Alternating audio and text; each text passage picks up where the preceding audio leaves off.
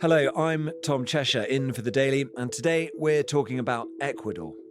Now, it was once one of the safest countries in South America, but in a few short years it has become the murder capital of the continent, as Mexico's warring drug cartels have taken over.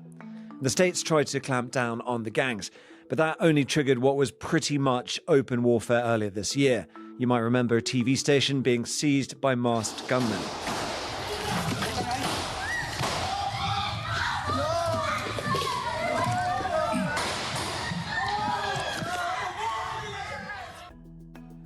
Situation may be changing, though, for the better, thanks to an $800 million military operation. But the cartels remain extremely powerful and extremely violent. Well, today I'm joined by Sky's chief international correspondent, Stuart Ramsay, who's been on the front line of Ecuador's battle to destroy the cartels. Stuart gained exclusive access inside the country's prisons, notorious for holding some of the most dangerous and influential drug lords. Prisons that only last month no journalist could have entered. Stuart, thanks for being here. I want to talk about this in terms of two turnarounds, really. I mean, the first is for the worst, because back in 2019, Ecuador was one of the safest countries in South America, and then it had this sort of precipitous slide into gang control. It had one of the highest murder rates on the continent. What happened? Why did things go so badly so quickly? The gangs were growing in influence and control, but I think the two major elements that changed things was the arrival of two drug cartels who are very, very powerful in Mexico. The Sinaloa cartel moved in first, but effectively it's because they could get mainly cocaine into Ecuador and they could get it out of the Ecuadorian ports, heading mainly to Central and North America. The arrival of another cartel, the Jalisco New Generation, meant that actually they started fighting over turf wars that they have in Mexico all the time. They joined up with two local gangs who became their affiliates. And that's why you began to see the murder rate rise. The lower level gangsters terrorize the poorest members of society as part of the general drug business. And that's when you get ordinary people being caught up in the violence. But a lot of the murders would have been actual gang on gang. The effect, however, is that society slowly but surely falls apart. And previously successful businesses would suffer from extortion, they would go out of business, you then have rocketing unemployment, and then the biggest employer turns out to be the cartels and their gangs. And so it all turns into this cycle, which the country had traditionally avoided, the cycle that many other Latin American countries have seen, of course. It feels like this explosion in violence really came to a head this year, starting with a prison break of a drug boss in January, and then there was that attack on the TV station. Why was this year particularly brutal? Basically, the authorities came to move a guy called Adolfo Messias to a high-security prison. His name is Fito. And they found out he wasn't actually in prison. He'd obviously been tipped off and he'd simply left. Well, he'd escaped, but he'd left. And the authorities actually still don't know exactly when he had disappeared from the jail, which indicates the sort of lack of control that was taking place in the prisons. At that point, the new president, young man, Daniel Noboa, decided that he would effectively declare war on the gangs and bring about a crackdown, take back the prisons and try to stop the activity of the gangs and the cartels. They responded, and we've seen this in many countries before. We've seen it particularly in Brazil. We've seen it in El Salvador, Honduras, Nicaragua, and actually in Mexico, where the gangs effectively take to the streets to show the authorities that they won't be pushed around, that they have power, and that they will bring ordinary life to a standstill. Now, that can be in the prisons themselves, taking hostages of policemen. Car bombs were seen in Ecuador. Ordinary people were caught up in terrible violence and sort of marauding gangs on the streets, so people just stayed indoors.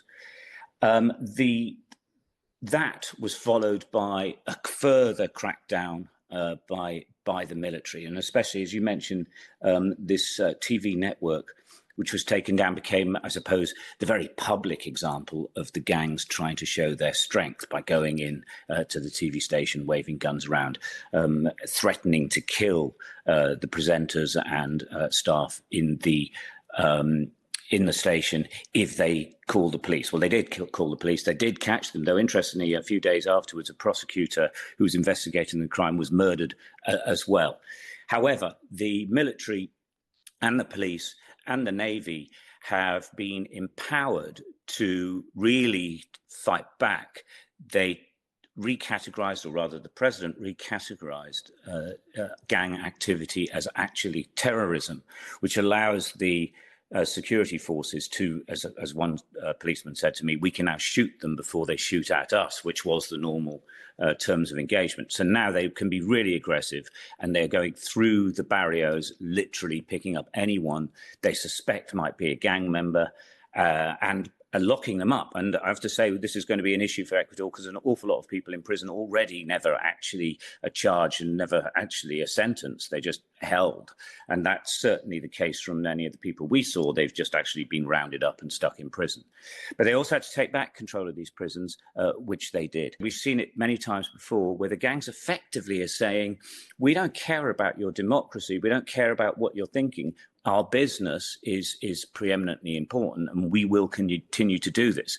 And it's absolutely straight out of the cartel, Mexican cartel playbook, right down to seeing people being hanged from bridges in towns, which you see in Mexico quite often. Well, this was happening in Ecuador, which brought about absolute fear, terror, panic amongst the ordinary population. The whole place was deserted. Economically, it's crippling. The tourist industry virtually came to a standstill. And Ecuador is very dependent upon tourism. So it was this sort of sudden and quick change in tempo. But I have to say that what's moved on now is that the army, or the security forces in general, are certainly imposing their control. That's the second turnaround, I guess, although it sounds like a mixed picture, which we'll delve into. But going from those horrifying scenes you describe about hanging bodies, I think a publication said, not since the days of Pablo Escobar had a country been so fully in control of the drug gangs, to what you saw when you went there, when you were walking along on these raids. What was the sense you got there on the ground? They accept the job's not fully done, but they do believe that it's already showing signs of success. Certainly from the Marines and the Coast Guard believe that the number of drug shipments going by boat through the Pacific have dropped dramatically in the last few weeks or so, but they concede themselves that doesn't mean they're not preparing to let it calm down and start again. A lot of the communities that the police and the military now go into, and we were with them, traditionally were never entered by the police at all. And so the people there are quite angry, but mainly because they're just not used to their lives being disrupted by the authorities in such a way. And of course, a lot of them are poor, and a lot of them do have links, albeit tenuous links, to the gangs because of the work they may do for them. So that sense we got of certainly in some of the areas was that they were angry, children would be scared, houses are completely turned over, and a lot of the people we spoke to said they've never actually done anything wrong, and they've got absolutely no criminal convictions, and they're just completely innocent.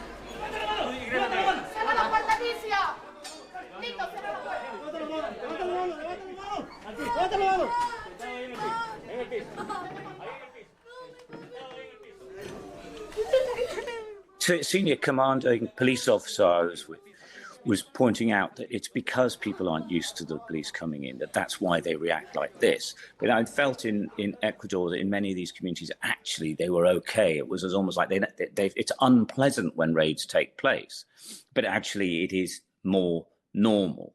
And certainly in one of the coastal towns I was in, Esmeraldas, I mean, this is a place that had been virtually deserted. No hotels, rooms were being taken, pubs, restaurants, they were all shut. But there was a vibrant summer atmosphere and people out on the street having a great time. Now that, I'm told, a few weeks ago just didn't exist. It was absolutely deserted. There'd been car bombs, there'd been murders, there had been people hanging from bridges, and that has changed. I think there's always going to be a friction between the authorities and the poorer members of society. But that's because, and particularly in that region, those areas are saying this is our only employment at the moment, and that needs to change. And there is a sense from the government that is part of its plan to actually try and get these areas to get some employment in there, some better education. This current Operation Phoenix, as it's called, has an estimated budget of $800 million, $200 million of which are being provided by the United States. Now, the United States' interesting involvement in this. One, why? I suppose simple. If they can disrupt the supply of drugs, less will come to the United States, one of the biggest drug users, or the biggest drug user, illicit drug user in the world. And two, the effect of these gangs controlling these poor neighborhoods and making people live in terror has added to, or in many cases even created, the huge migration issue that's taking place to the border between Mexico and the United States. And if the United States can actually help countries like Ecuador calm the situation, pacify it, create economies in currently where there is absolutely no economy to speak of, then people will stop leaving. I mean, that's the basic theory. This is a long-term project and will cost an absolute fortune. And I think the success of it is very much dependent on the leadership of the country, firstly, staying alive, because the cartels, particularly from Mexico, are not used to losing. In Mexico in particular, society is completely taken over by the cartels. They bribe easily, or they kill with impunity. And I suspect they will try to do the same in Ecuador. It's going to take some strong conviction from the political elite in Ecuador and in other countries to actually resist the drug cartels and their influence and actually fight them back. Stuart, we'll pause there. When we come back, we'll take a look inside the Ecuadorian prisons that were being run by the drug lords. Stuart, you were talking about the government trying to get control back from these cartels in Ecuador, not just on the streets, but also in the prisons where these gang members are supposed to be serving time for their crimes. You visited one, and it's not like a prison is understood here in the UK or in the Western world. Yeah, I was talking to the soldier in charge of the prison who was saying, the inmates were basically in control. I think it's worth remembering it's not just Ecuador that has this. Mexico has it as well. Brazil has it, whereby the inmates are inside, but there is no control of them inside at all. Now, I was in one prison in Venezuela where I went to see one of the main prisoners in charge, of which the wardens of the prison had to ask permission for me to be allowed in by him. And he and all of the men who were his bodyguards were armed. They're in prison.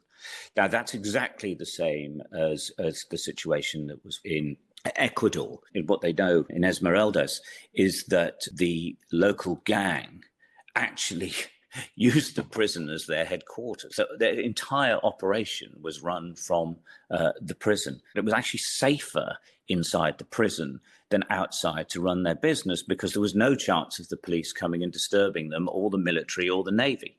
Once they, I think, realized that this was the case, and the army said that they had been planning the take back of the prison for about a year, they were just waiting for permission to go in and do it. But they had identified a long time before that it was actually the center of the problem. They moved in. Some of the things have changed. It isn't just that there are no women in there, there's no booze in there, there's no guns in there, there's no drugs in there anymore. But actually now the prisoners are being fed, which I know this again sounds counterintuitive, but apparently it was costing about $500 a month to actually survive in prison, because virtually nothing was supplied to them whatsoever. Now, the effect of that is you need $500 to survive and eat. Or perhaps you can get away with somebody has to go and get it for you. And that just added to the cycle of violence. So people took to kidnapping, extortion of businesses, so that they could keep the family member eating and able to get the things that they want. So this whole cycle has been broken now by the army, and not just, guarding, but actually actively walking around with machine guns on a continuous basis.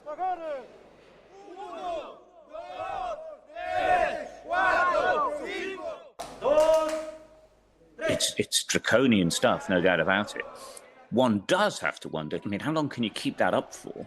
Maybe indefinitely or as long as you need to, but that is something for the government's going to have to consider. I mean, that's fascinating, the idea that prisons were strongholds. And as you say, it is draconian. Is there the sense that, just the sort of sustaining that effort is going to take a while?